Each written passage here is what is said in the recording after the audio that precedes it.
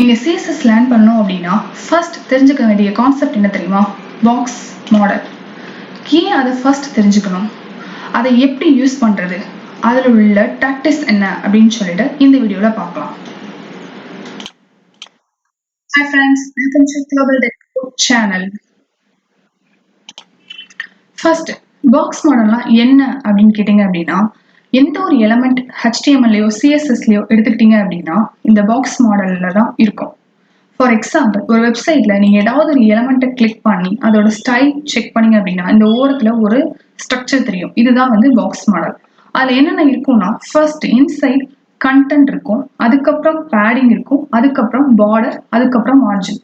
கண்டென்ட்டுக்கு மேல இருக்கிறது பேடிங், பேடிங்க்கு மேல பார்டர். இப்போ பார்டருக்கு மேல உள்ள மார்ஜின் எது அப்படின்னு கேட்டீங்கன்னா, ப்ரௌசருக்கும் அந்த எலமெண்ட்டுக்கும் இடையே உள்ள ஸ்பேஸை அது மீன் பண்ணுது. இதை நம்ம எப்படி கோடிங்ல யூஸ் பண்ணலாம் அப்படின்னு சொல்லிட்டு பார்க்கலாம். ஒரு HTML ஃபைல் கிரியேட் பண்ணிருக்கேன். அதுக்குள்ள h1 ஹெடர் வச்சிருக்கேன், div id பாக்ஸ், அதுக்குள்ள ஒரு div id கண்டென்ட், இப்படிதான் நான் வச்சிருக்கேன். இப்போ இதுக்கு ஒரு CSS ஃபைல் கிரியேட் பண்ணிருக்கேன். அதுல ஒண்ணுமே இல்லை, பேக்ரவுண்ட் இமேஜ் ஃபாண்ட் கலர் மட்டுமே நான் செட் பண்ணிருக்கேன். அதோட அவுட்புட் இப்படி இருக்கு. இப்போ என்னன்னா, பாக்ஸ் மாடல் இருக்கு, அதுக்கப்புறம் கண்டென்ட் ஆஃப் த பாக்ஸ் இருக்கு. இப்போ நம்ம என்ன பண்ண போறோம்னா, இந்த divக்கு மார்ஜின் செட் பண்ணலாம். அதோட ஐடி பாக்ஸ், அதுக்கு நான் மார்ஜின் செட் பண்றேன். 20 பிக்சல் செட் பண்ணலாம். ஸோ 20 பிக்சல் செட் பண்ணும்போது டாப்ல எல்லா இடத்துலையுமே ஒரு 20 பிக்சல் ஆட் ஆயிருக்கும். இங்க பாத்தீங்க அப்படின்னா மார்ஜின் 20 20 20 ஆட் ஆயிருக்கு.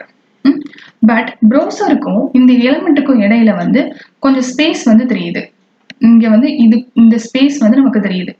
ஏன் அப்படின்னு பாத்தீங்க அப்படின்னா, பாடியை செக் பண்ணீங்க அப்படின்னா பாடியில மார்ஜின் 8 பிக்சல் இருக்கு. அது 8 பிக்சலும் இந்த 20 பிக்சலும் ஆட் ஆகி 28 பிக்சலா இங்க காட்டுது நமக்கு.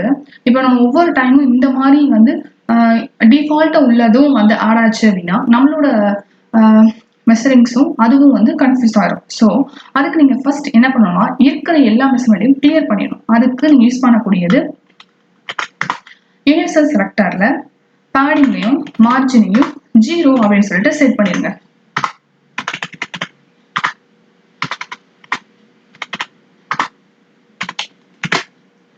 அப்படி செட் பண்ணிட்டீங்கன்னா ஆல்ரெடி இருக்கக்கூடிய டிஃபால்ட் மெஷர்மெண்ட்ஸ் போயிடும். இப்ப நம்ம கொடுத்த இந்த 20 பிக்சல் மட்டுமே இங்க ஆட் ஆயிருக்கும்.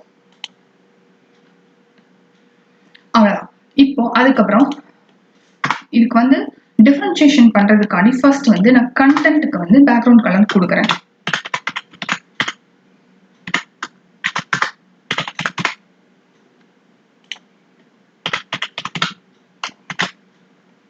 ஓகே, கண்டென்ட்டோட சைஸ் இதான். இதுக்கு மேல நம்ம என்ன பண்ண போறோம்னா பேடிங் கொடுக்க போறோம். பேடிங் எவ்வளவு கொடுக்க போறோம் அப்படின்னு கேட்டீங்க அப்படின்னா ஒரு 50 பிக்சல் கொடுக்கலாம். அதை டிஃபரன்ஷியேட் பண்றதுக்காக அதுக்கான பேக்ரவுண்ட் கலர் கொடுப்போம்.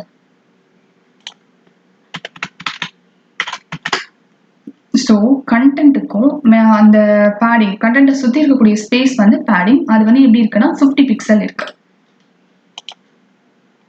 இந்த பாத்தீங்கன்னா தெரியும், இந்த கண்டென்ட்க்கு மேல top bottom left right 50 pixel நமக்கு ஆட் ஆயிடுச்சு. சரியா? மார்ஜின் 20 பிக்சல் இது ஆயிடுச்சு. பார்டர் கொடுக்கலாம்.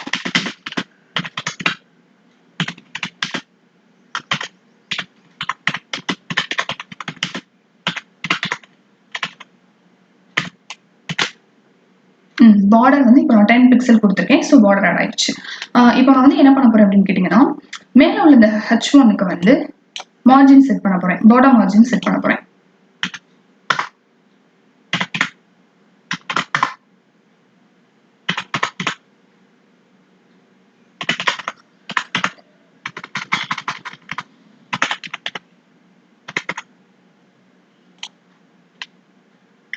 ஒரு 100 பிக்சல் கொடுக்க போறேன். ஸோ மேல உள்ளதுக்கு நான் 100 பிக்சல் கொடுத்ததும் இது கீழே மூவ் ஆயிடுச்சு. ஆல்ரெடி இதுக்கு மார்ஜின் 20 பிக்சல் இருக்கு. ஸோ எவ்வளவு இருக்கு அப்படின்னு சொல்லி பார்க்கலாமா?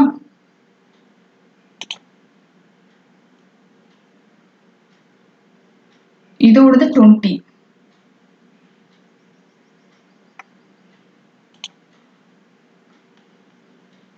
பாக்ஸ் மாடல் H1 ஓடது எவ்வளவு இருக்குன்னு பார்க்கலாம்.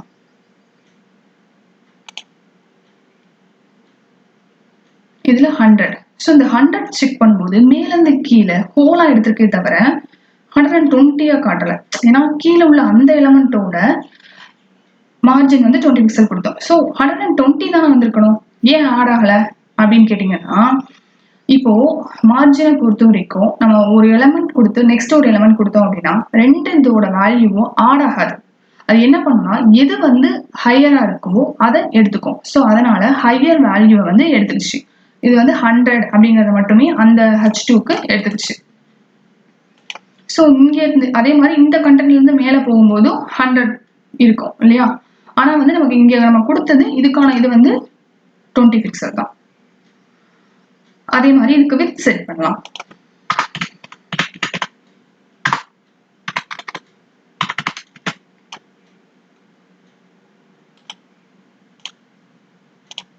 வித் செட் பண்ணிட்டேன். இப்போ எனக்கு என்னன்னா வந்து கண்டென்ட்டுக்கு மட்டுமே வந்து 200 அப்படின்றதா இருக்கு. பேடிங் 50, அதாவது 200, 50 50 வந்து 100, 300.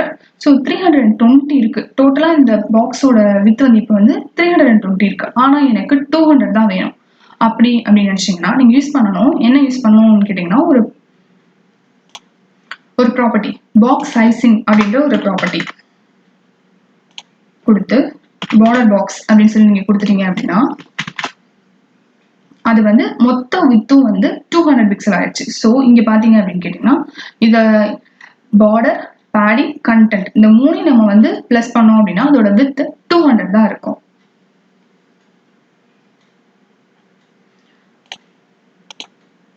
அவ்வளவுதான் ஃப்ரெண்ட்ஸ். நீங்க வந்து பாக்ஸ் மாடல்லாம் என்ன, அதுல பார்டர் சைசிங்கோட இம்பார்ட்டன்ட் என்ன, மார்ஜின் சைஸ் எப்படி வந்து ஆக்ட் ஆகும் அப்படிங்கறது எல்லாமே தெரிஞ்சுக்கிட்டோம்.